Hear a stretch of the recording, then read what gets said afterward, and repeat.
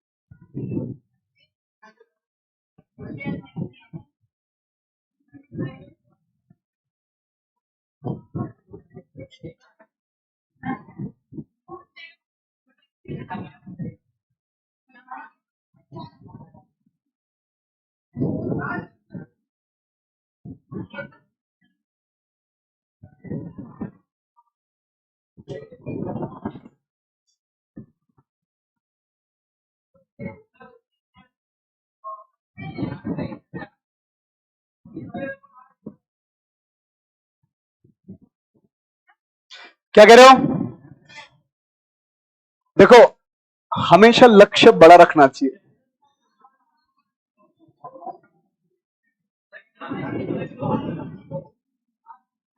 प्यारे बच्चों देखो, अब मेरे पास इस वीक में एक ही क्लास है ना, और क्लास मिली नहीं है। बायोमोलिक्यूल आज जितना हम पढ़ ही रहे हैं। फिर उसके बाद हमारे पास संडे नहीं, संडे वनडे कोई नहीं, अगले वीक में केवल 2 क्लास लूंगा।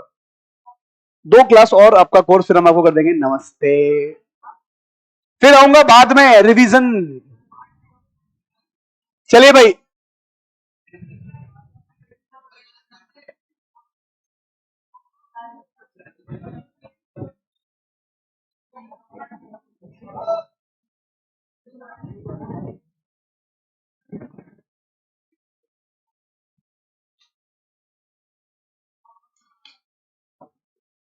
हाँ बच्चों, क्या लिखा मैंने? ग्लूकोज की रासायनिक अभिक्रिया। बर्थडे आज आपका? संदीप, बर्थडे है क्या? अच्छा, नहीं है?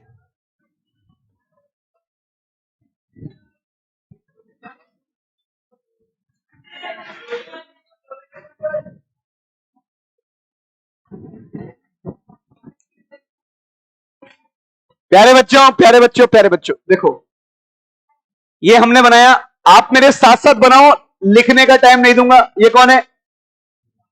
कौन है ये?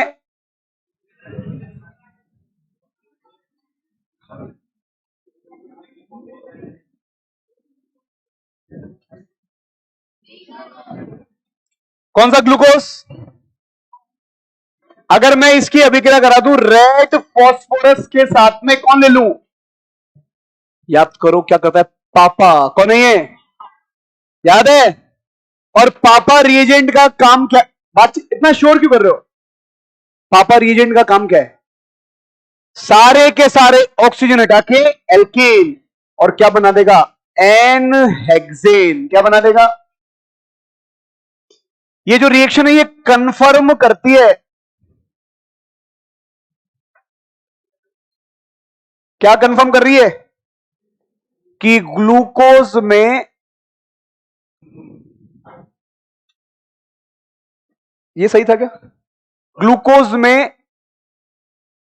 6 कार्बन की सीधी श्रृंखला होती है। 6 कार्बन की कौन सी श्रृंखला है बच्चों? सीधी श्रृंखला।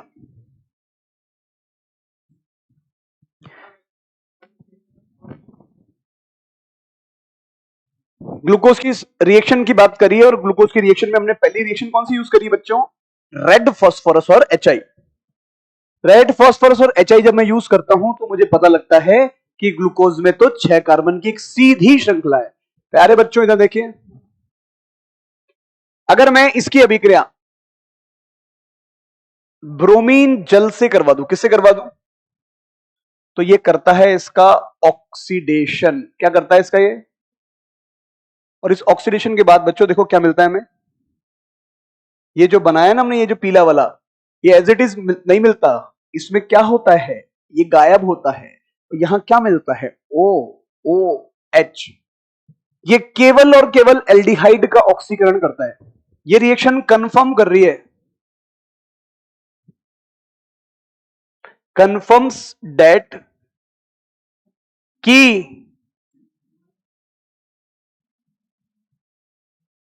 ग्लूकोज में CHO समूह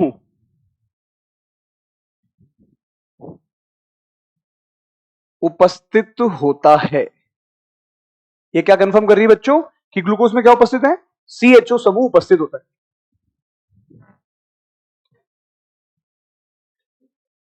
ये क्या कंफर्म कर रही है कि ग्लूकोज में क्या उपस्थित है, CHO समूह उपस्थित है। इसका नाम है बच्चों ग्लूकोनिक अम्ल। बोलो, ग्लूकोनिक अम्ल। कौन सा अम्ल है बच्चों, ग्लूकोनिक अम्ल। ना कुछ बोलना नहीं है भाई, फालतू की बातें। इधर देखो, पिंटू कहां गया, ये नहीं बोला।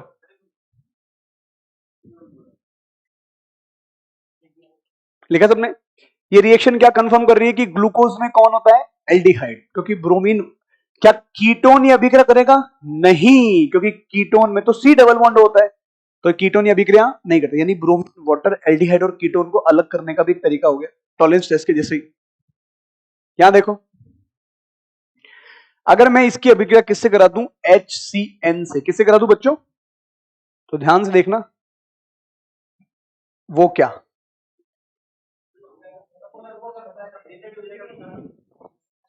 साइनोहाइड्रिन। क्या बनेगा बच्चों,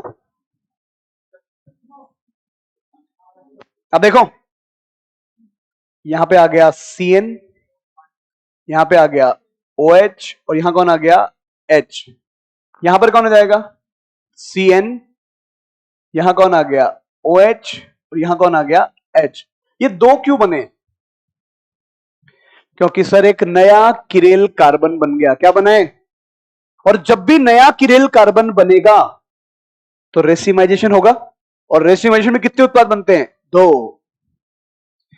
ये रिएक्शन क्या कंफर्म कर रही है, कि इसमें एल्डिहाइड या कीटोन में से कोई एक चीज हो सकती है, क्योंकि साइनोहाइड्रिन तो दोनों ही बनाते हैं।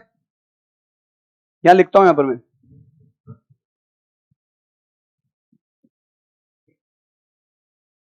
कंफर्म करती है कि कौन उपस्थित है, C डबल बॉन्ड समूह उपस्थित है। इस बायोमोलिक्यूल के चैप्टर में देखो, तुमको हर टीचर अलग अलग चीजें पढ़ाता है, पर मैं तुमको यही बोल रहा हूं कि जो मैं पिछले पुराने पेपरों का एनालाइज करके, कि केवल NCERT में जो जो अभिक्रिया दे रखी है बस वो काम की, उसके अलावा कुछ नहीं पढ़ना। कोई ओसाजोन फॉर्मेशन भी आता है, पर वो हमारे काम का है नहीं। लिख लिया क्या आपने, ये नहीं लिखा, कोई बात नहीं। हम इसकी अभिक्रिया करा रहे हैं, यहां देखो किससे, अगले पेज पे करते हैं, यही यही खत्म करते हैं ना इसको।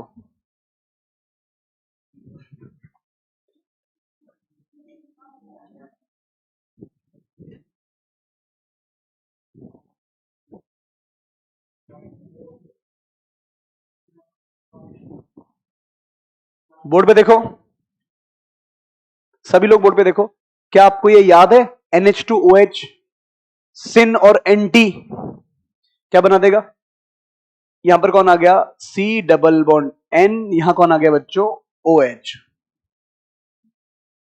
क्या ये GI शो करेगा, हाँ सर। सर क्योंकि नाइट्रोजन के पास कौन है, लोन पे, और इस पे भी दोनों समूह अलग। ये रिएक्शन क्या कंफर्म कर रही है, क्या कंफर्म कर रही है,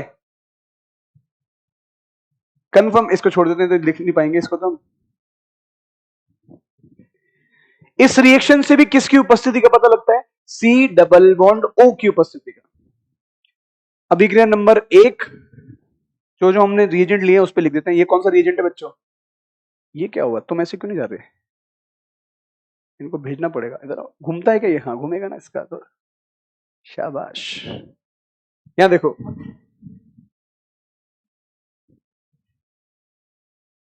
NH2OH। यहां कौन है बच्चों?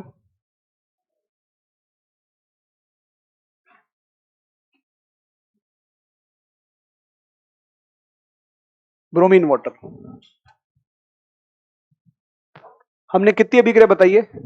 4 अभिक्रिया, जिसमें पहली अभिक्रिया थी रेड फास्फोरस, जो ये कंफर्म कर रही थी कि ग्लूकोज में 6 कार्बन की सीधी संरचना है।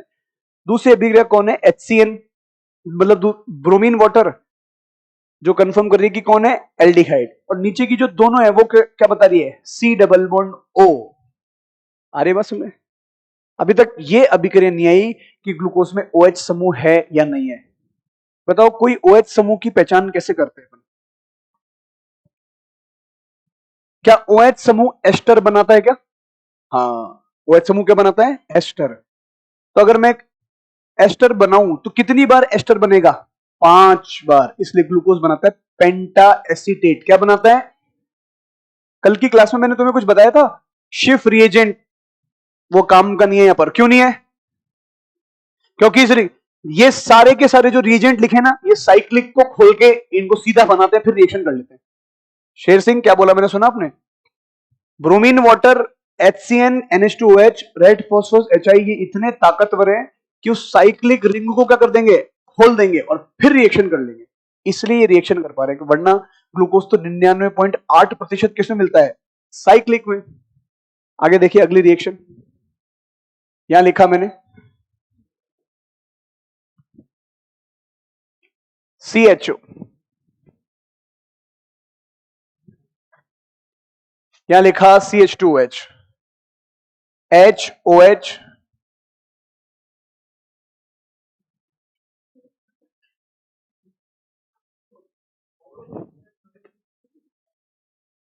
आजकल आकाश आ नहीं रहा क्लास में। कौन सी दुनिया में गया है? चलो इधर देखो सभी लोग, अगर मैं इसकी अभिक्रिया करा दूं किससे? किससे करा दूं? HNO3। देखो HNO3 की खास बात क्या है? वो एल्डिहाइड का तो ऑक्सीकरण करता ही है। किसका करता है? कीटोन का भी, सॉरी एल्डिहाइड का तो करता ही है, एल्कोहल का भी करता है। लेकिन यहां पर मैंने HNO3 कौन सा लिया है? डाइल्यूट। तो रिएक्शन होगी और रिएक्शन पे मुझे क्या मिलेगा? कि लास्ट का जो CH2OH उसकी जगह कौन जाएगा? COOH। बातचीत मत करो, यहां भी कौन आ जाएगा? COOH। इसको बोलते हैं सेकेरिक अम्ल। क्या बोलते हैं इसको?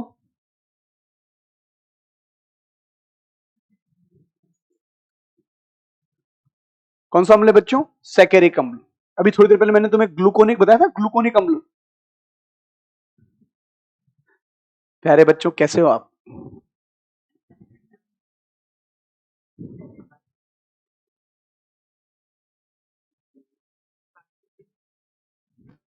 स्ट्रॉन्ग है। हमने डाइल्यूट, अब देखो, अगर मैं यहां पर स्ट्रॉन्ग HNO3 ले लेता ना, तो वो सारे के सारे ऑक्सीजन का भी ऑक्सीकरण कर देता। समझ रहे हैं बात? हम ये नहीं चाहते कि सारे के सारे ऑक्सीजन का ऑक्सीकरण हो, इसलिए हमने क्या लिया है? डाइल्यूट। एल्डिहाइड तो होता ही है क्रियाशील, क्योंकि उसके पास कौन है? H। और ये कौन सा एल्कोहल है? कौन सा एल्कोहल? 1 डिग्री। क्या इस रिएक्शन से मुझे ये पता लग रहा है कि ग्लूकोज में कहीं ना कहीं 1 डिग्री एल्कोहल भी है? चलिए भाई इधर देखो, मैं इसकी अभिक्रिया करा रहा हूं इससे, CH3, C double bond O, C double bond O, CH3। ये क्या यूज किया है मैंने? एनहाइड्राइड। माध्यम कौन सा? अम्लीय। क्या बनेगा बच्चों? क्या बनेगा? एस्टर। अब देखो क्या एस्टर में इन सारे ओ के एच हटेंगे क्या? यहां से भी एच हटेगा? अरे बोलो ना, एस्टरिफिकेशन में केवल एच ही तो हटता है, वो तो वहीं कम ही रहता है। क्या लिख दूं यहां पर? C double बॉन्डो CH3। यहां भी कौन आ गया? Double बॉन्डो CH3। यहां भी कौन आ गया? Double बॉन्डो CH3। यहां भी कौन आ गया? Double बॉन्डो CH3। और यहां भी कौन आ गया? Double बॉन्डो CH3। कितनी बार मैंने एस्टर बनाया? 5 बार। तो इसको बोलते हैं पेंटा एसीटेट। क्या बोलते हैं?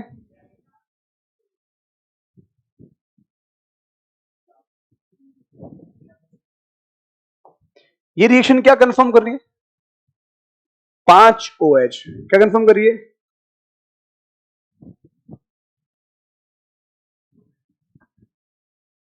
हाँ भाई, क्या नाम है इसका? पिंटू। इस क्वेश्चन को देखो, 5। इस रिएक्शन में ग्लूकोज के अणुभार में कितना परिवर्तन हुआ है? एक तो एच हटा है, 1 2 3 4 5 एच हट गए, और 5 एच हटके कौन आ गया? सी। अब सी डबल बॉन्ड OCH3 का अणुभार कितना है? 15 12 16। भाई इसका 15 है ना? 15 और 16 और 16 32, 32 में से गया तो 31, 31 और 12 43। हाँ या ना? सही बोला मैंने? अरे इसका भार 12 है, कार्बन का भार 12, 12 और 3 15 प्लस 16 जोड़ लो, 6 और 5 11, 11 और 2 13 का 3 हासिल लगा 1, 1 2 3 43। है या ना? इसका अणुभार कितना है? 43। अब सुनो भाई, वास्तव में हमने सोचो 43 अणुभार बढ़ा है, इसकी वजह से घटा कितनी बार है? 1 2 3 4। तो हर 43 में से एक एक घटा दूं क्या? तो वास्तव में ग्लूकोज का अणुभार कितनी बार बढ़ गया? 42 गुणा 5। कितनी बार अणुभार बदल गया? फिर रिपीट करता हूं, इसका अणुभार कितना है? 43। इसका अणुभार कितना है? 43। लेकिन जब हम रिएक्शन कराते हैं तो क्या माइनस हाइड्रोजन भी करें क्या? हाइड्रोजन का अणुभार कितना है? यानी वास्तव में अणुभार कितनी बार चेंज हुआ? और लगे कितने? 210। हाँ या ना? 210 अणुभार में चेंज हो रहा है, किसके? ग्लूकोज के। जो भी उसका अणुभार था, उसके अणुभार में 210 का भार अब बढ़ गया। हाँ या ना?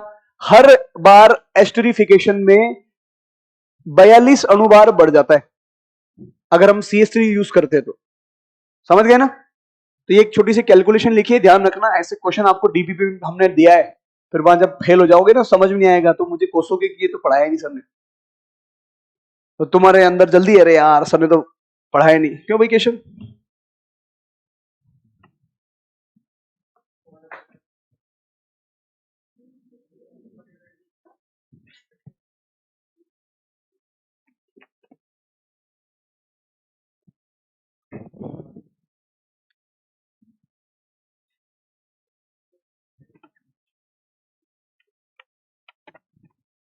बच्चों देखो क्या मैसेज आया है, मेरे को अभी आया है। नमस्ते। अरे मैं बता रहा हूँ, आपको राजस्थान सरकार की सीधे नौकरी प्राप्त दी जाती है, और आपकी 50,000 रुपए प्रति मासिक की सैलरी के लिए SSO ID के साथ और अपने पैन कार्ड और आधार नंबर के साथ हमें कॉल करें। अरे ये चोर हैं, स्पैम हैं।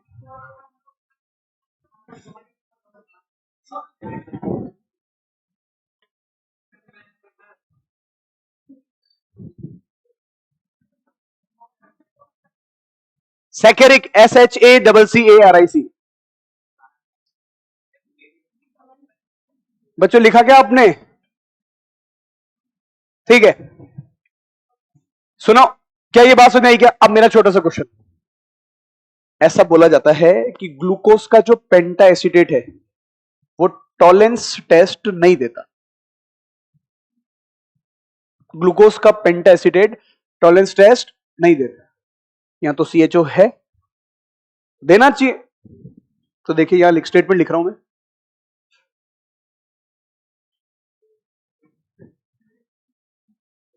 पेंटा acetate of glucose Tollens reagent से रिएक्शन नहीं करेगा।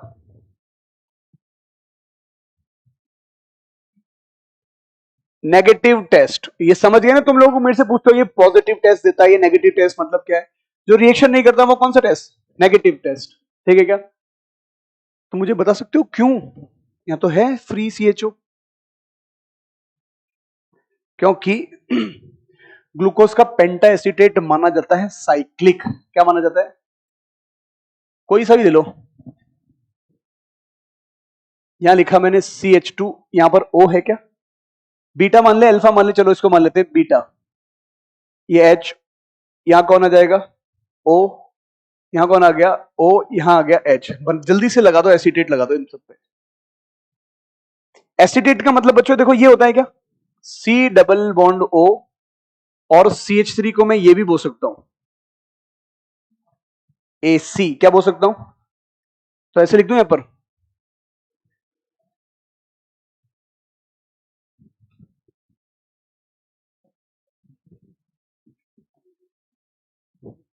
अब बताओ इसको मैं क्या बोल सकता हूं बच्चों? AC। याद है अपन ने यूज किया है OAC OC कई बार।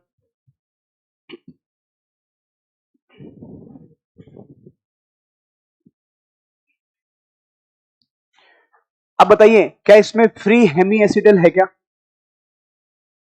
नहीं है, इसमें फ्री हेमी एसिटल नहीं है भाई, यही तो है एक नंबर, इसमें फ्री हेमी एसिटल नहीं है।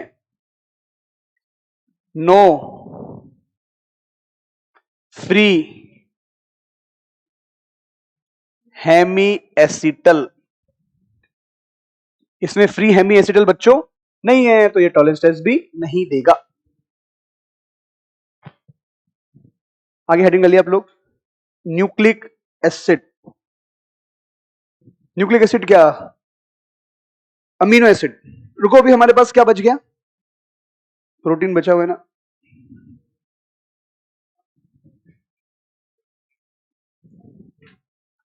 कौन कौन सी रिएक्शन आपको और लगती है कि होनी चाहिए? बताओ। मैंने आपको क्या कहा? ग्लूकोज की और भी रिएक्शन हो सकती है, लेकिन मैं केवल कौन से पे फोकस कर रहे हैं?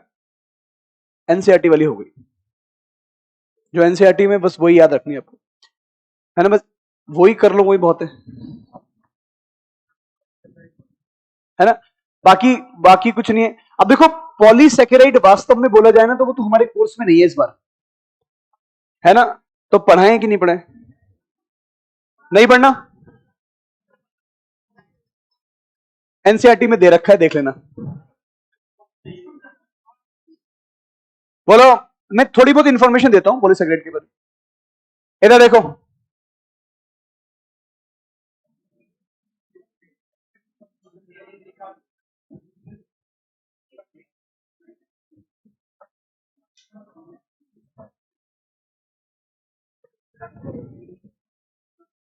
हमारे कोर्स में क्या क्या है बच्चों? स्टार्च,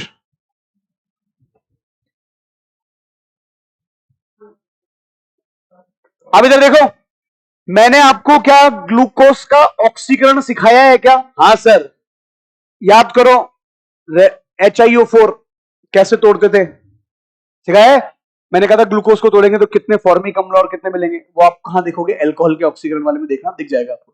ग्लूकोज के बारे में एक रिएक्शन और वो हो सकती है जो वहां हम देख सकें। स्टार्च किससे बनता है?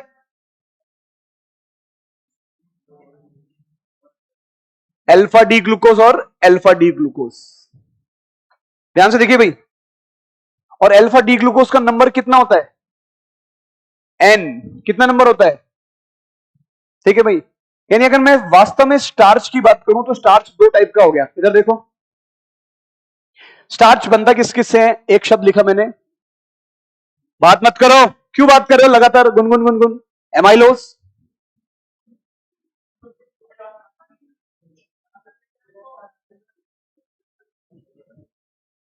स्टार्च में दो चीजें होती हैं, क्या क्या होती है?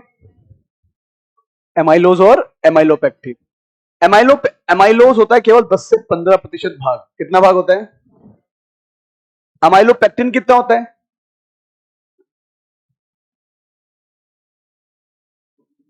85 से 85 क्या 10 से 15 नहीं तो 90, 85 से 90%। अमाइलोपेक्टिन कितना होता है? मतलब स्टार्च वैसे होता क्या है, हमारे शरीर का खाना किस फॉर्म में स्टोर होता है? ग्लाइकोजन। और प्लांट में तो ऐसे बोल दूं क्या, यह है प्लांट्स में, बेटा बात मत करो, प्लांट्स में संचयित क्या है भाई? संचयित क्या है?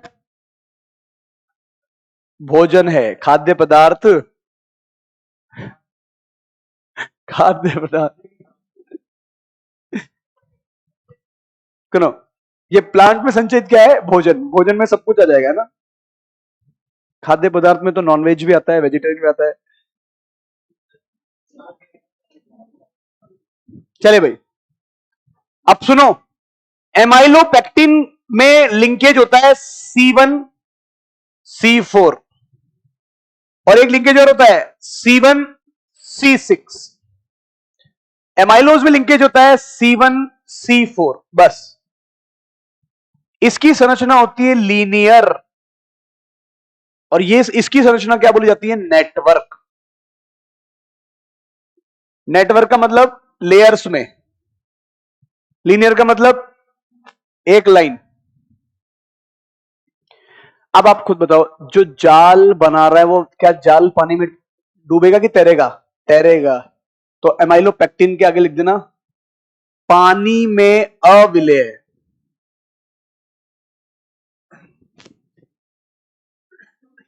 पानी में अविलेय, जबकि ये भाई साहब क्या है? पानी में विलेय।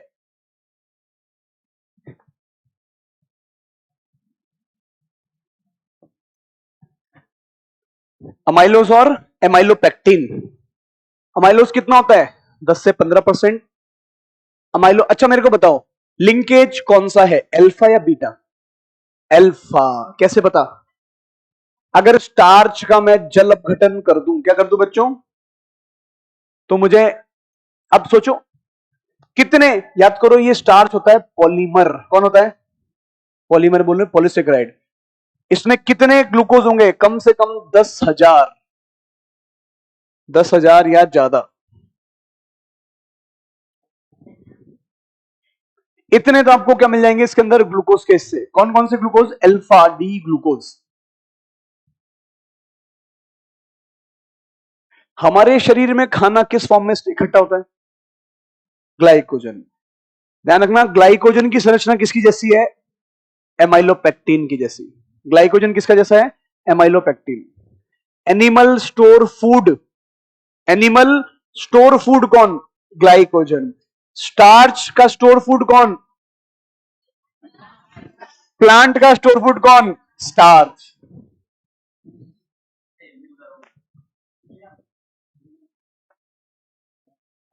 क्या लिखा सबने यहां पर? देखो भाई संरचना बनाते हैं। पहले मैं संरचना बना रहा हूं किसकी? अमाइलोज की। देख लो, बनाना नहीं बनाना तुम्हारे ऊपर है, सब कुछ एनसीईआरटी में लिखा हुआ है। देख लो यार, एनसीईआरटी में इस बार सिलेबस में मेंशन किया नहीं है, फिर भी देख लो, संरचना है।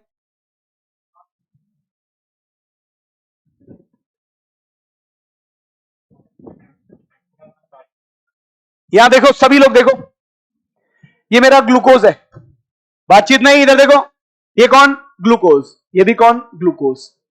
यहां पर इसने रिएक्शन करके क्या बनाया? ऑक्सीजन। काम खत्म। यहां पे कौन? H और H। सभी लोग बोर्ड पे देखो। ऐसे ये भी कहीं ना कहीं ऑक्सीजन बिजी होगा क्या? अरे हाँ या ना? ऐसे ही इसको मैं वापस बना दूं ऐसे।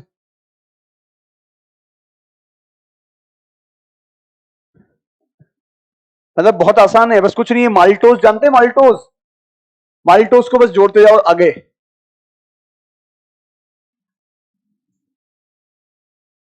ध्यान रखना, एमाइलोज में ग्लूकोज कितने होते हैं? 1000 तक। कितने होते हैं भाई?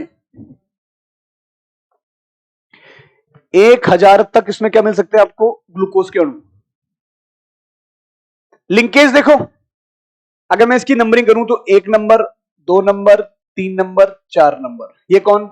1 नंबर, 2 नंबर, 3 नंबर, 4 नंबर। ये वापस 1 2 3 4। लेफ्ट यहां से देखो C1, और ये कौन है? C4। आगे वापस C1 C4 C1 C4, लगातार चलता रहेगा। आगे के बात सुने, ये जो मैंने बनाया ये कौन बनाया? एमाइलोज। अब देखो एमाइलोपेक्टिन क्या है?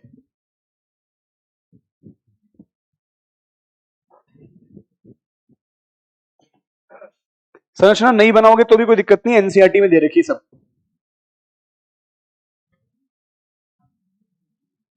बोर्ड पे देखो सभी लोग।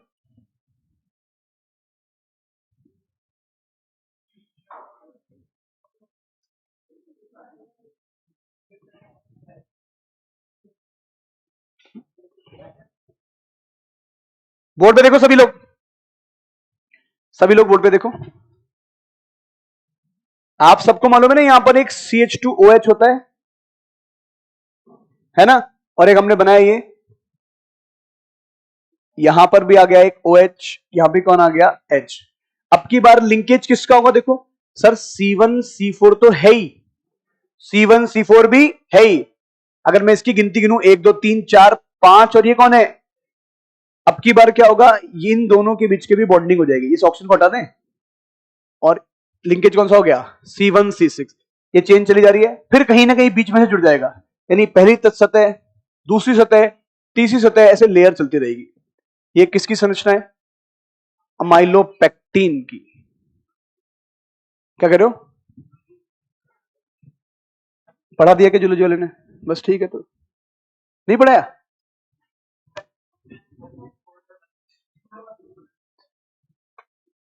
कोई बात नहीं, मैंने समझा दिया ना, एक ही बात है, कोई भी समझाए, अपना काम होना चाहिए।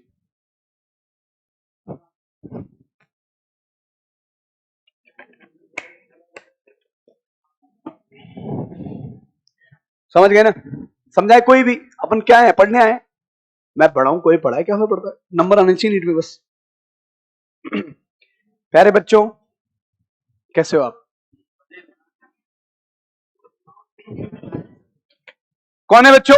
अमाइलोपेक्टिन। देखो ये जो लिंकेजेस कौन है? C1 C4। कौन है? C1 C4। लेकिन ये कौन सा है? C1 और C6। C2 नहीं है, C1 और C6। ऐसे ही चलती रहेगी चेन। अरे हाँ या ना? फिर कहीं ना कहीं से कनेक्ट हो जाएगा। अरे बोलो ना। लेकिन जिसने जिसने C6 के साथ कनेक्शन कर रखा है उसके आगे चेन नहीं चलेगी, क्योंकि उसकी चेन कहां चलेगी? नीचे। अरे बोलो ना, आगे लिखो। ग्लाइकोजन, कुछ नहीं बोलना। लैब में मैंने तो देखा नहीं आज तक। कुछ ना कुछ संरचना होती होगी तभी तो देखा होगा। मैं तो केमिस्ट्री की प्रैक्टिकल नहीं देखे, तुम और बायो के पूछ रहे हो। यहाँ सब है, यहाँ समान।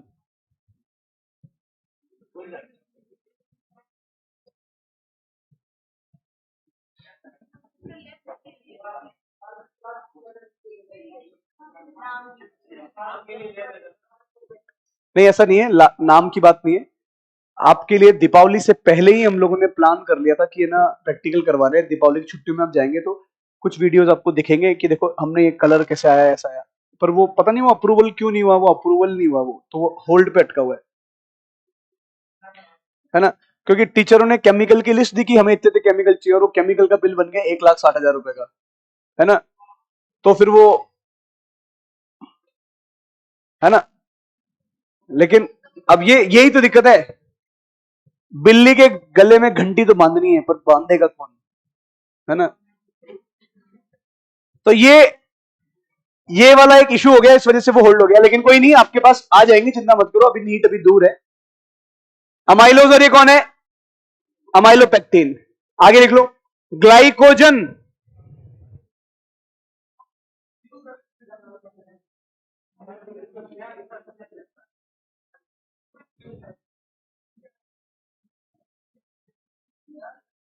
एक सेकेंड,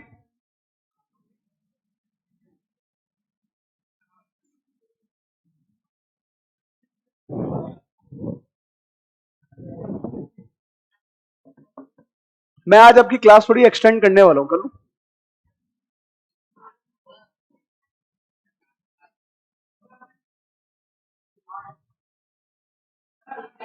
मोबाइल में क्या है ऐसा?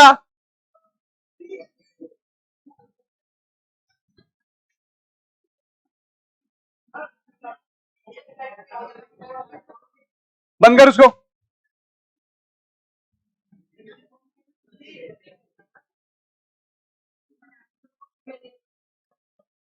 एक सेकेंड बच्चों, शांति रखो।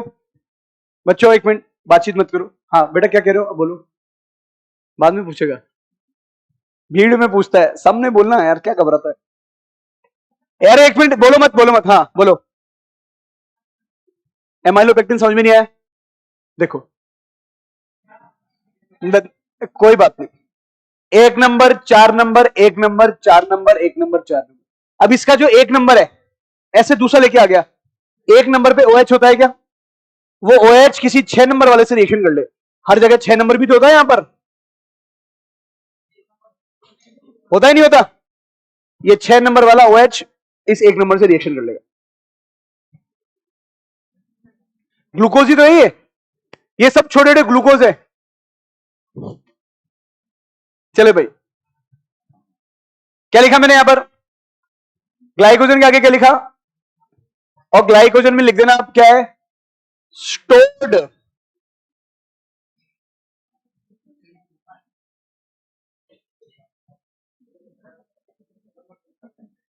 एनिमल्स में, हम लोग एनिमल्स में आते हैं क्या? फिर जब आपको कोई जानवर कहता है तो चिढ़ क्यों लेते हो आप लोग?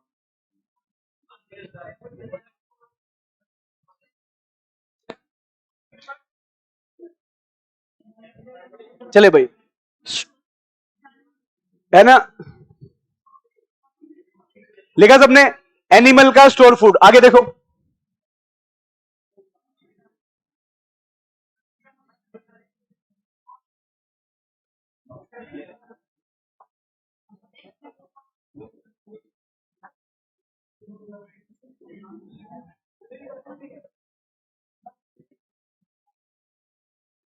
बच्चों क्या लिखा मैंने यहां पर? बीटा डी ग्लूकोज से बनता है। संरचना खुद बना देना। ये कहां मिलता है आपको? सेलुलोज कहां मिलता है? सेल वॉल में।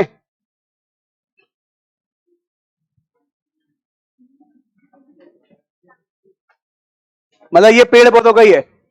बच्चों आज बात, बेटा बातें मत करो, बहुत बातें कर रहे हो। मैंने लिखा है यहां पर बीटा डी ग्लूकोज। आप सब जानते हैं बीटा का मतलब होता क्या है?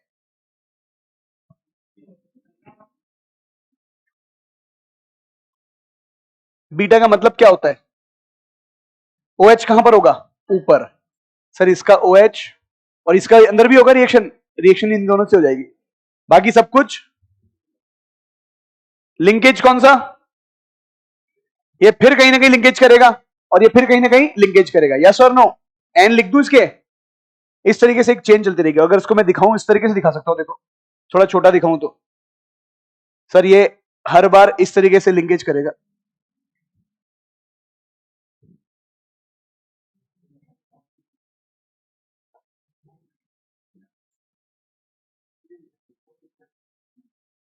इस तरीके से एक लिंकेज चलता रहेगा इनका।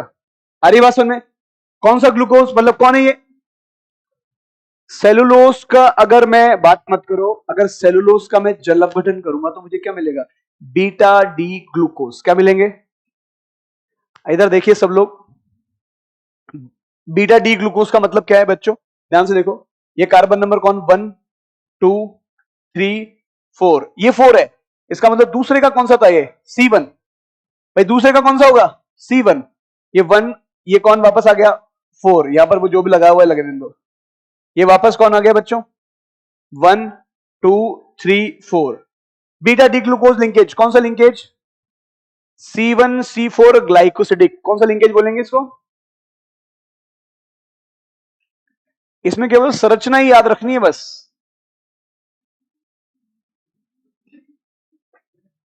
बेटा बात मत करो। C1C4 glycosidic linkage, C1C4 glycosidic linkage किसके अंदर, किसके अंदर, और लगातार एक चेयर चल रही है ना। इसमें संरचना पे कोई ज्यादा फोकस मत करो, केवल याद रखो कि सेलुलोज में होता क्या क्या है। ग्लूकोज का, ग्लूकोज किसका मिलके किसका पॉलीमर बना रहा है, बस। हमारे शरीर में कौन सा है, ग्लाइकोजन। आगे लिखिए अपनी कॉपी के अंदर। देखो इन सबके टेस्ट भी हमारे सिलेबस में है ना, क्योंकि इस बार अलग से इन्होंने मेंशन किया है टेस्ट। उन टेस्ट के बारे में केवल आपको क्या याद रखना है, उनके नाम, कौन सा टेस्ट किस काम का है। तो वो सारे टेस्ट अपन एक साथ ही इकट्ठे करेंगे लास्ट में इस लेक्चर के, मतलब एल्डिहाइड कीटोन क्या बायोमोलिक्यूल के लास्ट में। टेस्ट तो है, क्योंकि टेस्ट का उन्होंने अलग से ऐड कर दिया, टेस्ट इन ऑर्गेनिक केमिस्ट्री। अब उसमें carbohydrate, protein, nucleic acid, NCERT में नहीं है, पर एनसीईआरटी की किताब है प्रैक्टिकल की किताब, उसमें है। तो जो प्रैक्टिकल की किताब में तो आ सकते हैं, जेई वाले के पेपर में तो बहुत समय से आ रहा है, तो वहां तो आते थे टेस्ट, ग्लूकोज के टेस्ट, फ्रक्टोज के टेस्ट, कार्बोहाइड्रेट के टेस्ट या एमीन के टेस्ट, लेकिन तुम्हारे नहीं आ रहे थे। अब तुम्हारे भी इन्होंने मेंशन कर दिया कि प्रैक्टिकल ऑर्गेनिक केमिस्ट्री नाम से। हम सब पढ़ चुके हैं वैसे, जैसे याद करो, मैंने तुम्हें कोई लुकास टेस्ट पढ़ा है, भूरा लाल याद है ना, ऐसे हमने कई सारे टेस्ट पढ़े हैं। विक्टर मेयर टेस्ट याद है, चटक लाल, एजोडाई टेस्ट याद है ना, फिनॉल के टेस्ट, एफईसीएल, वो हम सब पढ़ चुके हैं। Tollens test, Fehling test, Benedict test, haloform परीक्षण, तो ये हमने पढ़ा है। बस एक स्लाइड में एक दिन लेके आऊंगा, उसमें दिखा दूंगा, देखो इसके ये टेस्ट है, इसके ये टेस्ट है, इसके ये टेस्ट है, बस याद रखने के लिए। चलो ध्यान से देखो, अपनी कॉपी में हेडिंग डालिए आप लोग।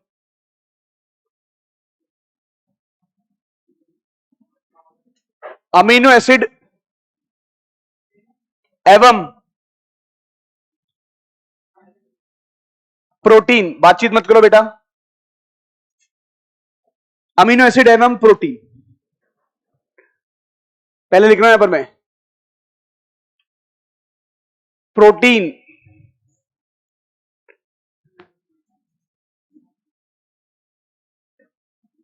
अच्छा, प्रोटीन को क्या बोलते हैं, हमारे शरीर का सबसे इंपॉर्टेंट पार्ट कौन है, प्रोटीन, वसा।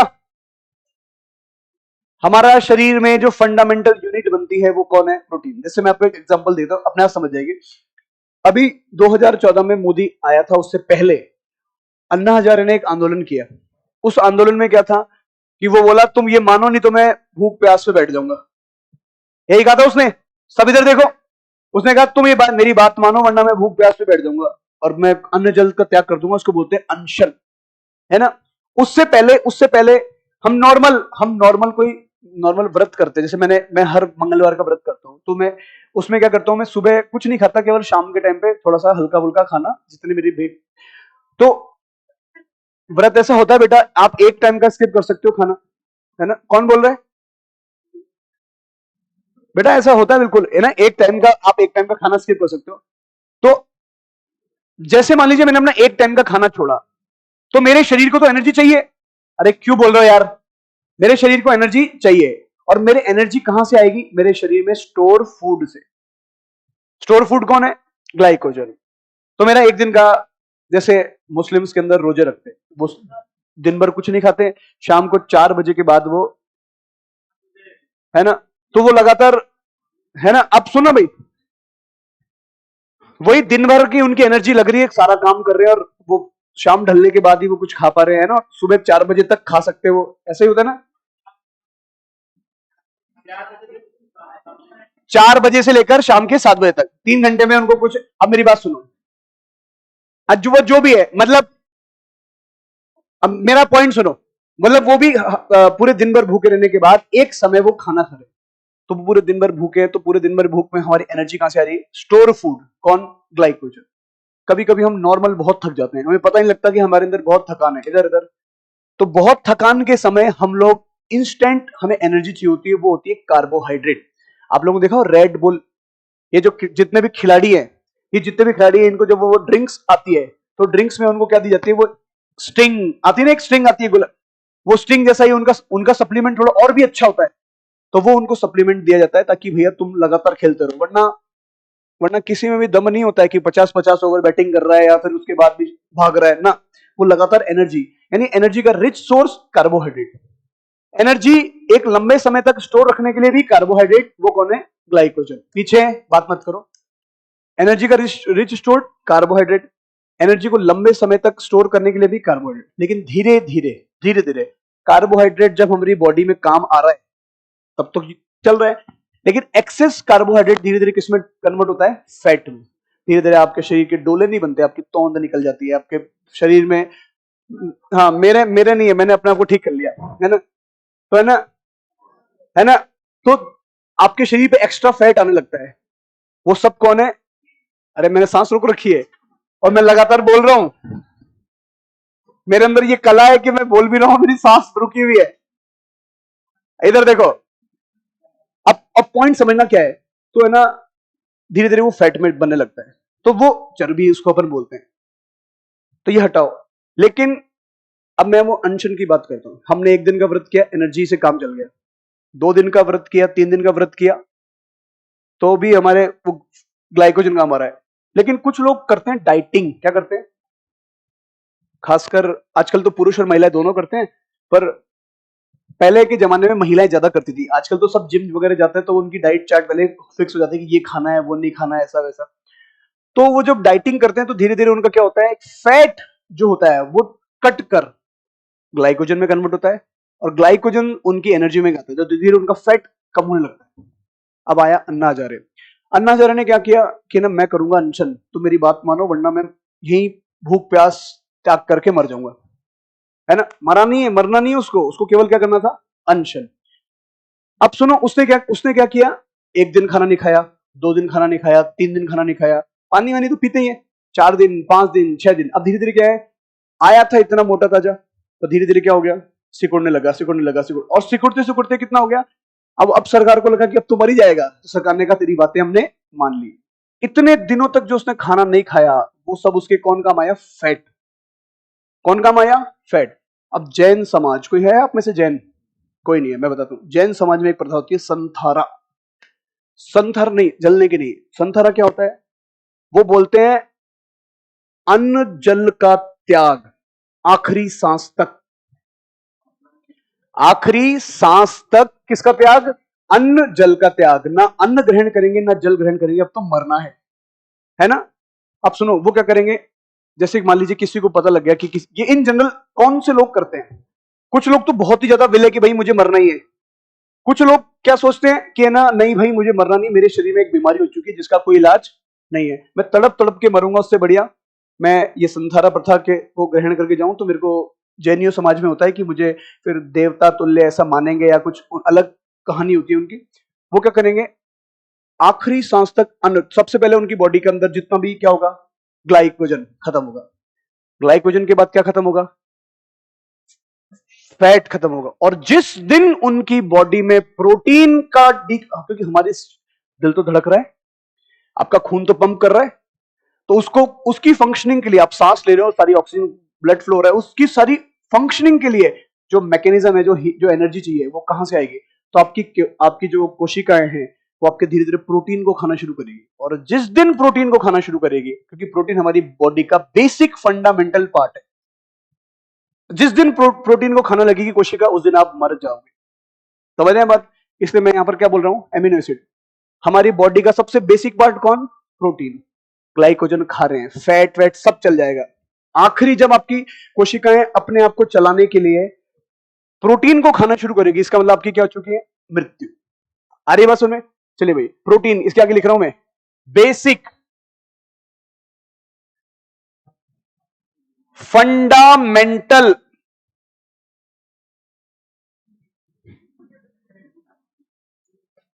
पार्ट हमारी आप सबको पता है कि प्रोटीन कहां कहां से मिलता है ना? लेकिन हमें वो सब जानना नहीं है कि प्रोटीन कहां कहां से मिलता है। अंडों से मिलता है, मांस से मिलता है, दालों से मिलता है ना। दूध में भी मिल जाता है, अंडों से मिला, मांस और दाल। हाँ, वो सब दाल सोयाबीन में सारी दालें आ गई, मतलब दाल में सब कुछ आ गया, ठीक है क्या? मांस में सब कुछ आ गया, बकरा भी आ गया, मुर्गी भी आ गई, मगरमच्छ भी आ गया। चलो भाई देखो, protein basic fundamental part of living species.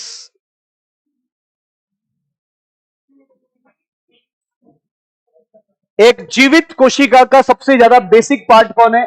Protein. ठीक है भाई, प्रोटीन क्या होता है? यह है अल्फा अमीनो अम्ल का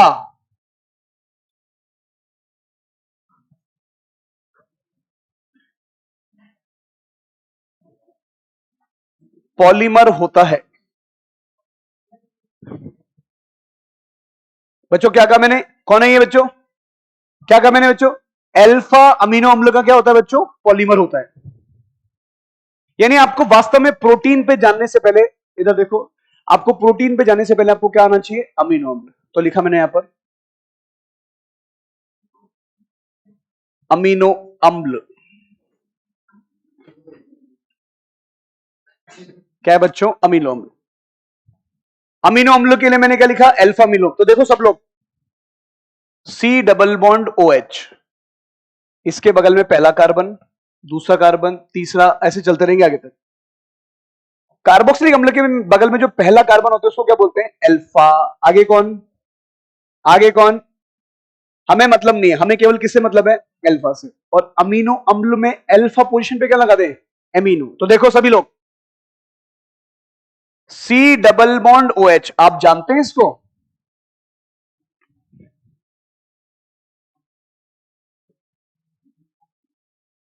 सभी लोग बोर्ड पे देखो, हमारे काम का कौन सा अमीनो एसिड?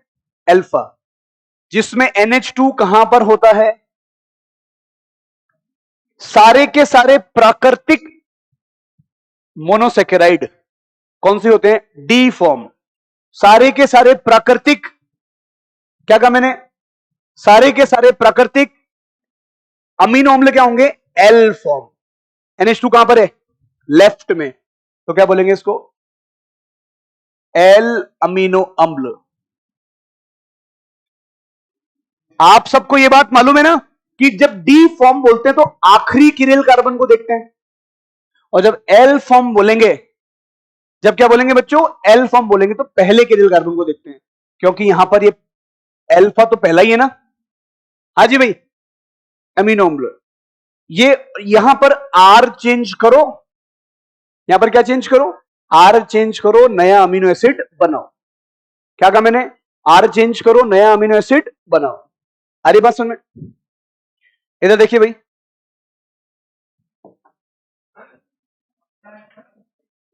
नहीं लिखा?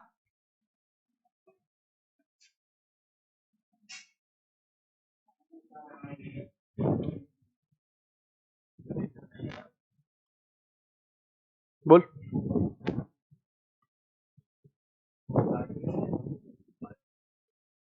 भाई ने पढ़ा दी ना, भाई वाले ने, बस सब कुछ। मैं बायो भी पढ़ाता हूं, देख लो। इधर देखो भाई, अमीनो एसिड के का क्लासिफिकेशन, पहला हमने क्लासिफिकेशन किया, अमीनो एसिड दो प्रकार के हो सकते हैं, बेसिक भी हो सकते हैं और एसिडिक भी हो सकते हैं। अमीनो अम्ल बेसिक भी हो सकते हैं, एसिडिक भी हो सकते हैं, और अगला क्या लिखा मैंने? न्यूट्रल, उदासीन। इसको बोलते हैं क्षारीय, इसको बोलते हैं अम्लीय, और इसको बोलते हैं उदासीन। इधर देखो, आपको यह मालूम होना चाहिए कि बेसिक अमीनो अम्ल कौन कौन से, कौन कौन से बेसिक कौन कौन है? तो बोलो हाय, बोलो एक बार, अर्ली, बोलो हाय अर्ली। हिस्टिडीन, आर्जिनिन, लाइसिन, कौन है ये? बेसिक। तो क्या लिखेंगे? बोलो हाय अर्ली, क्या बोलेंगे? ठीक है क्या? अरे बोलो ना बस। बेसिक कौन? जिसमें हिस्टीडीन, अर्जिनिन और लाइसिन। अब देखो बेसिक सुनो सर, देखो बेसिक जो होता है उसमें खास बात क्या है, उसमें NH2 समूह। पीछे देखो बच्चों एक बार, बात मत करो बात मत करो। नॉर्मल अमीनो अम्ल के अंदर कार्बोक्सिलिक समूह भी होता है। पीछे इधर देखो, नॉर्मल अमीनो अम्ल में क्या होता है? कार्बोक्सिलिक भी होता है और NH2 भी होता है। वास्तव में तो ये दोनों की संख्या क्या होती है? बराबर। अगर ये दोनों की संख्या बराबर है तो ये उदासीन। कौन है ये? लेकिन R जो है, R, इसके अगर हम चेन की बात करें तो कुछ ना कुछ लगाएंगे। उस R में हो सकता है कि COH की संख्या बढ़ जाए, उस R में क्या हो सकता है? नाइट्रोजन की संख्या बढ़ जाए। अगर नाइट्रोजन की संख्या बढ़ेगी तो क्षारीय, और इसकी संख्या बढ़ेगी तो अम्लीय। तो वैसे क्या बोलूं, अगर NH2 की संख्या ज्यादा हो जाए किससे, तो कौन हो गया? क्षारीय। एसिडिक क्या बोलेंगे? और इसमें क्या बोलूं, जब साइड चेन में ना तो NH2 जैसा कुछ आ रहा है ना कोई कार्बोक्सिलिक। आ रही के बात सुनने, देखो और बहुत कुछ हो सकता है, लेकिन एक सेकंड क्लासिफिकेशन की बात कर लेते हैं अपन सीधे सीधे। एक होता है असेंशियल, कभी नाम सुना है आपने? आवश्यक। और दूसरा कौन सा? आपको पता है ना कौन कौन से असेंशियल, कौन से नॉन असेंशियल? कौन होते हैं असेंशियल? टीवी हिल क्या बोलते हैं उसको? कौन से क्या बोले? असेंशियल की कोई ऑर्डर, कोई ट्रिक बताइए, कौन कौन? टीवी हिल। चलो भाई, असेंशियल है 10, नॉन एसेंशियल भी कितने हैं? असेंशियल की खास बात, जो हमारी बॉडी बनाती नहीं है, बाहर से इनटेक करने पड़ते हैं, खाने से कुछ ना कुछ लेना पड़ेगा। नॉन एसेंशियल मतलब हमारी बॉडी में ही रहता है, जरूरत नहीं है तो इधर जानते। इधर देखो, मैंने भी एक ट्रिक बनाई है अपनी तरफ से, थोड़ी सी नोटी ट्रिक है, लेकिन वो तो चलो भाई इधर देखो, पहले आप सभी देखो, यहां तक देख लिया सबने? अब इधर देखो,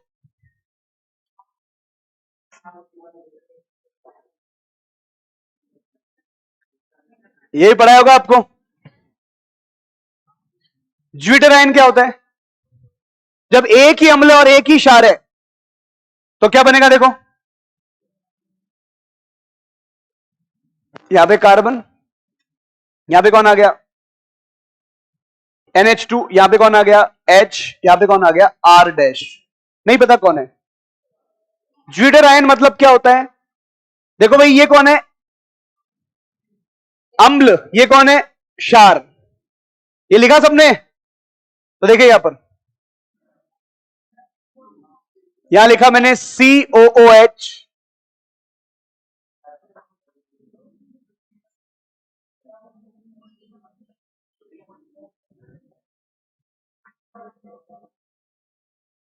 अरे ये बैल बजाने वाली बाई जी भी आ गई क्या हमारे यहां पर? ये लगातार बैल बजाई जा रही है, बजाई जा रही है। इधर देखो, सभी लोग ध्यान से देखो, सभी लोग ध्यान से देखो। अगर मैं यहां इस N में से एक H की संख्या बढ़ा दूं तो यहां से एक H हटेगा और यहां आएगा माइनस, यहां आएगा प्लस। इसका मतलब हमारा pH क्या है? उदासीन। pH की मात्रा क्या है भाई? और इस उदासीन pH को ही क्या बोलते हैं? PI। इसका नाम है आइसो इलेक्ट्रिक पॉइंट। क्या बोलेंगे भाई? आइसो इलेक्ट्रिक पॉइंट मतलब एक ऐसी pH, आइसो इलेक्ट्रिक पॉइंट का मतलब एक ऐसी pH जिस पर ज्विटर आयन की मात्रा सर्वाधिक। आइसो इलेक्ट्रिक पॉइंट मतलब एक ऐसी pH जिस पर ज्विटर आयन की मात्रा सर्वाधिक। सामान्यतः उदासीन। अभी अलग अलग अमीनो अम्ल के लिए अलग अलग। मान लीजिए मैंने यहां इसी में यहां लिखा pH बराबर 2। pH बराबर 2 का मतलब अम्लीय। यहां लिखा मैंने, इसको हमें कुछ चेंज करूंगा, यहां पर यहां लिखा pH बराबर 11। कौन सा है? तो ध्यान से देखिए भाई, अम्लीय पीएच, अगर ये क्षारीय पीएच है तो क्षारीय पीएच में कार्बोक्सिलिक अम्ल H निकाल देगा और क्या बन जाएगा यहां पर माइनस। इस NH2 पे क्या असर पड़ेगा, कुछ नहीं, क्योंकि माध्यम कौन सा है, क्षारीय माध्यम। अगर मान लो पीएच का मतलब 2, तो ये क्या होगा, पीएच 2 का मतलब क्या होगा सर, नाइट्रोजन पर एक एक्स्ट्रा H आ जाएगा। अगर आपको ऐसा दिखता है एक प्लस और दूसरा उदासीन, तो उसका मतलब पीएच उदासीन नहीं है। लेकिन आपको जब ऐसा दिखता है तो उसी पीएच को क्या बोलेंगे, आइसो इलेक्ट्रिक पॉइंट। यहां लिखता हूं मैं,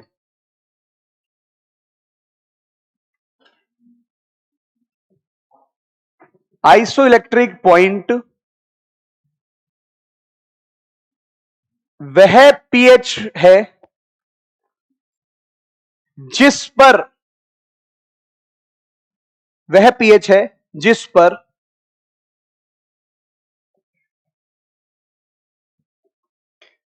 ज्विटर आयन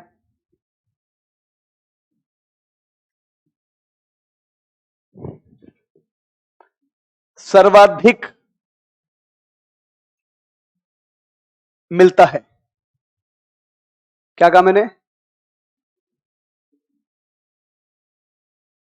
आइसोइलेक्ट्रिक पॉइंट कौन सा है, वह पीएच है जिस पर ज्विटर आयन क्या मिलता है बच्चों, सर्वाधिक मिलता है।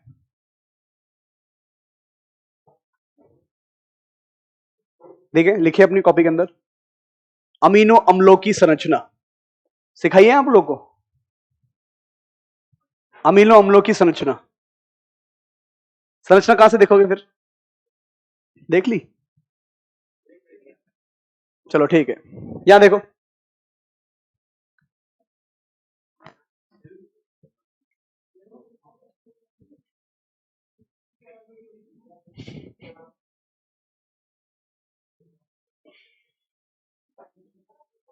प्यारे बच्चों लिखा गया आपने, कौन सी पीएच की बात कर रहा हूं मैं, आइसोइलेक्ट्रिक पॉइंट।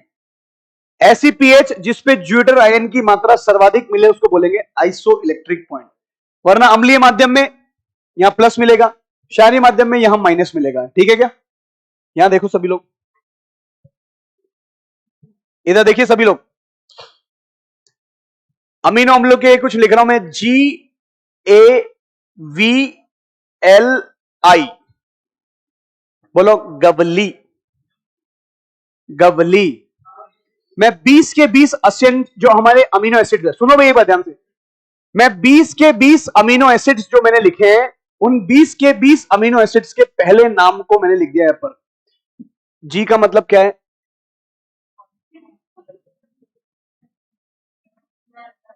बोलो ग्लाइसिन, एलानिन, वेलिन, ल्यूसिन,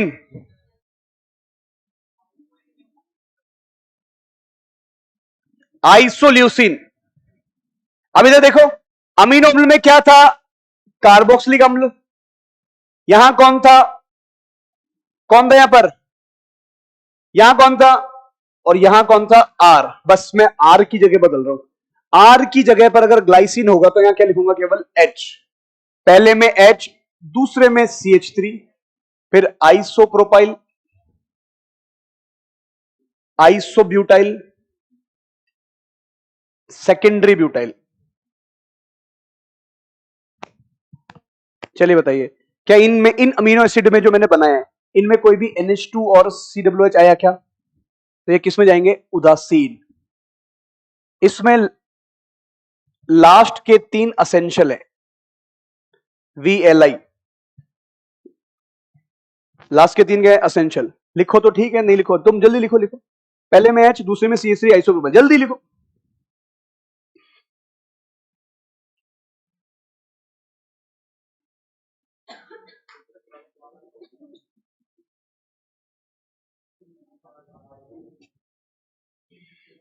लिखा क्या बच्चों, नहीं लिखा,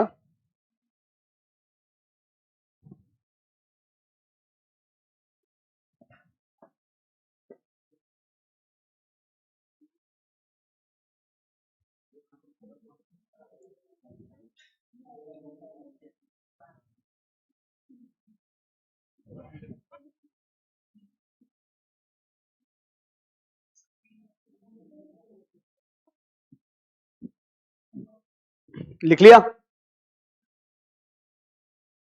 इतना स्लो लिखते हो भाई साहब, जल्दी लिखो।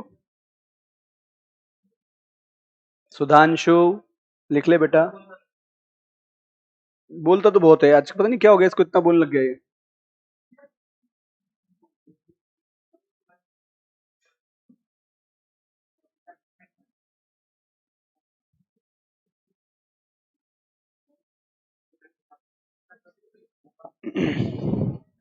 आगे देखो, बोलो गवली। अगला देखो कौन है हमारे पास 20 अमीनो अम्ल है। कितने अम्ल है? तो मैं 5-5 के सेट में 4 तरीके से बना रहा हूं। पहला कौन है? गवली। तुम्हें याद हो जाए तो बढ़िया, पर तुम्हें मेरे असेंशियल की ट्रिक बिल्कुल अच्छी लगेगी। इधर देखो,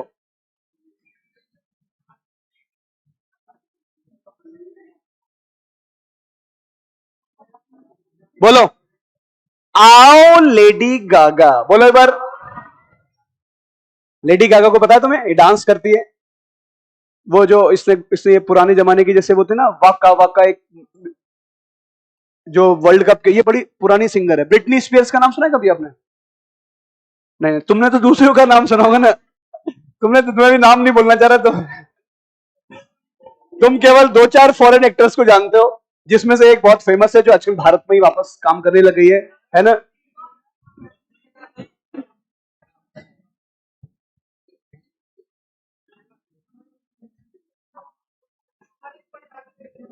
चलिए भाई इधर देखो, सभी लोग इधर देखो। प्यारे बच्चों, अब इतना शोर करोगे तो मैं कैसे पढ़ाऊंगा? देखो, गवली, उसके बाद अल गागा। क्या लिखा मैंने? इसका नाम क्या है? आर्जिनिन, लाइसिनिन, लाइसिन, आर्जिनिन। क्या लिखा मैंने यहां पर? सही से लिखा है ना? Arginine, NINE। इधर देखो,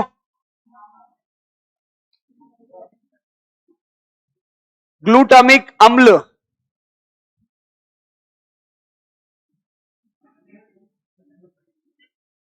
एस्पार्टिक अम्ल,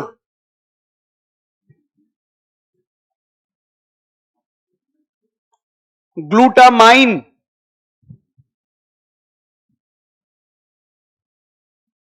एस्परजाइन। अब देखो बच्चों, मैंने नाम तो लिख दिए इनके ना। अब इसमें शुरू के 2 असेंशियल, पहले वाले में कौन असेंशियल थे? आखिरी के 3, इसमें शुरू के 2। आखिरी के 3, शुरू के 2। अब देखो, आर्जिनिन मतलब कुछ नहीं, आप लोगों को याद है नाइट्रोजन, मैंने कभी कुछ ऐसा पढ़ाया आपको? पूरी दुनिया का सबसे बेसिक नाइट्रोजन कंटेनिंग, बोलो ग्वानिडीन। कभी नाम सुना है?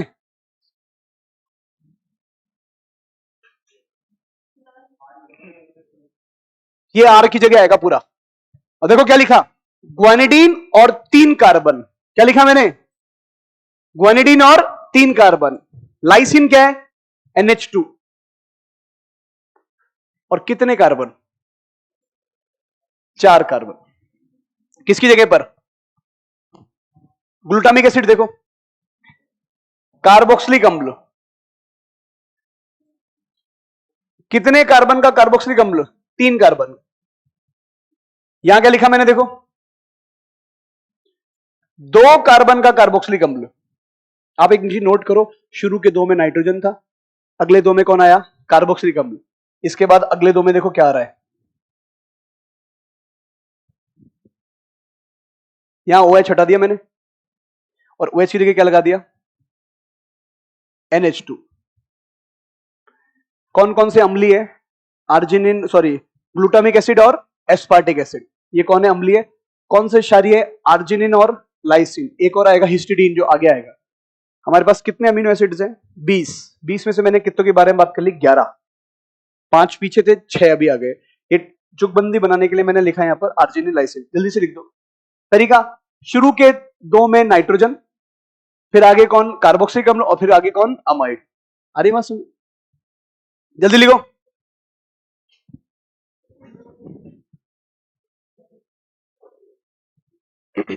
बढ़ जाओगे। आर्जिनिन, लाइसिन, ग्लूटामिक एसिड, नाम याद देखो क्या है कि ना, ये मैं क्यों पढ़ा रहा हूं, पढ़ नहीं, क्या हो रहा है कि बच्चों लास्ट ईयर से 2 साल पहले तक हम इसके बारे में, संरचनाओं के बारे में बात नहीं कर रहे थे, लेकिन जेई वालों ने पेपर में इनकी संरचना के ऊपर क्वेश्चन पूछना शुरू करें। किनकी, इनकी संरचना के ऊपर क्वेश्चन पूछना शुरू करें। अब जेई ने, अगर जेई पूछ रहा है इनकी संरचना पे क्वेश्चन 2-3 साल से, तो आप मान के चलो हमारे नीट के लिए वो तो नया क्वेश्चन है। समझ रहे हैं बात। और जब वो कह रहा है कि हम बायोमोलिक्यूल के अलावा आगे कुछ पूछ नहीं रहे, तो क्या पता संरचना से क्वेश्चन आ जाए। एक बार नजर दिखा दूंगा तो बस तुम्हें, हाँ हाँ कि सर ने कुछ बताया तो था, तुम वैसे तो खुद तो पता नहीं क्या पढ़ोगे। ये सारी संरचना नहीं लिख रहे तो कोई बात नहीं, एनसीईआरटी में लिखी हुई है, सब कुछ एनसीईआरटी में लिखा हुआ है। मैं जब तक वो ट्रिक नहीं बताते था तब तक हम इसको पढ़ते रहेंगे। आओ लेडी गागा और गबली, आगे देखो। Anti terrorist squad chief minister के लिए लगाई जाती है। एंटी टेररिस्ट स्क्वाड किसके लिए लगाई जाती है, चीफ मिनिस्टर के लिए। ये वाला ए तो वही है जो पहले था, ए वाला, ये वाला कौन सा ए जो पीछे वाला था, है ना। अब देखो भाई, ये दोनों असेंशियल है, टी और एम, इसको बोलते हैं थ्रियोनिन। देखो ध्यान से,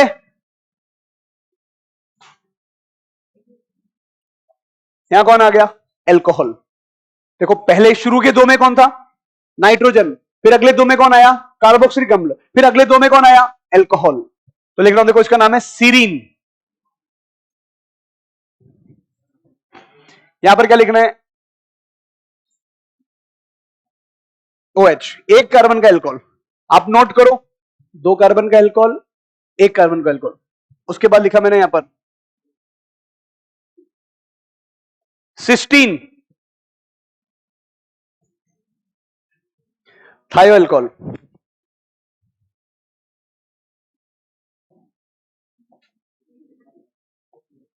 मिथ्योनिन, क्या लिखा मैंने यहां पर, मिथ्योनिन।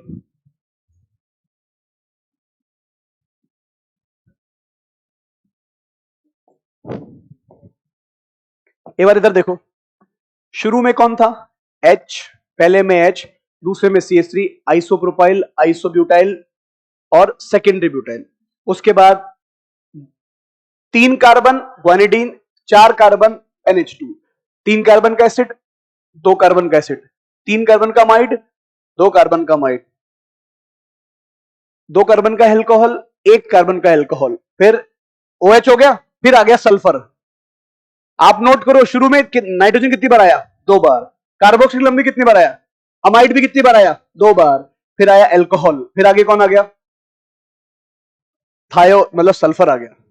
आगे बात सुन, आगे देखो, यहां देखो, हाँ हाँ कोई बात नहीं, PTHP।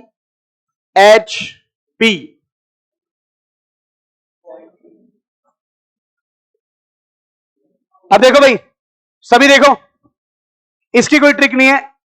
यहां लिखा मैंने PTTHP, क्या लिखा मैंने, इन ये जो 5 असेंशियल, ये जो 5 अमीनो एसिड लिखे मैंने, ये वो अमीनो एसिड है, ये वो अमीनो एसिड है जिन सब में रिंग है। क्या है इन सब में, इन सब में कोई ना कोई रिंग बसी भी है ना भाई। ये जो इसका नाम है प्रोलीन, क्या नाम है, प्रोलीन की संरचना ही ऐसी है।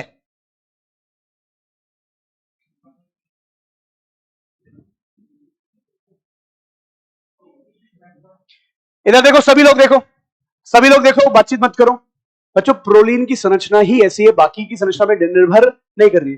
इसका नाम है फिनाइल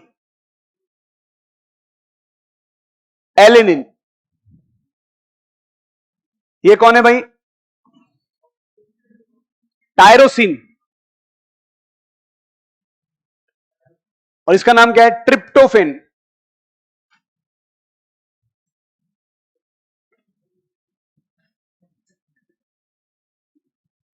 फिनाइल एनालीन मतलब ये, आपको याद है एनालीन में क्या बनाया था अपन ने?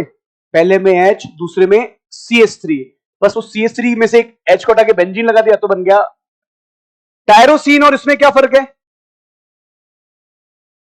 ये एज इट इज रहेगा, बस यहां पर कौन आ गया? OH। प्रोलीन की संरचना ऐसी की ऐसी है। यहां क्या लिखा मैंने? हिस्टिडीन। अब बच्चों देखो, ध्यान से देखो, ट्रिप्टोफेन एकमात्र वो अमीनो अम्ल है जिसमें 2 रिंग है। कितनी रिंग है? 2। एक तरफ 6 मेंबर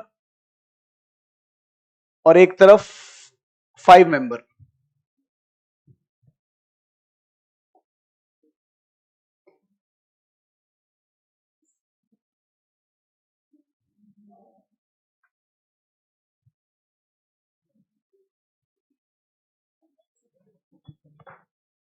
देखो इधर देखो, कैसे कैसे याद करना है? सर बेंजीन बना दो और बगल में पायरोल बना दो। बेंजीन बना दो और बगल में क्या बना दो? पायरोल। बेंजीन से एक तरफ नाइट्रोजन जोड़ दो, एक तरफ कार्बन पे क्या जोड़ दो? CH2। CH2 पे वैलेंसी फ्री है। ये कौन है? ये कौन है? ट्रिप्टोफेन। हिस्टिडीन।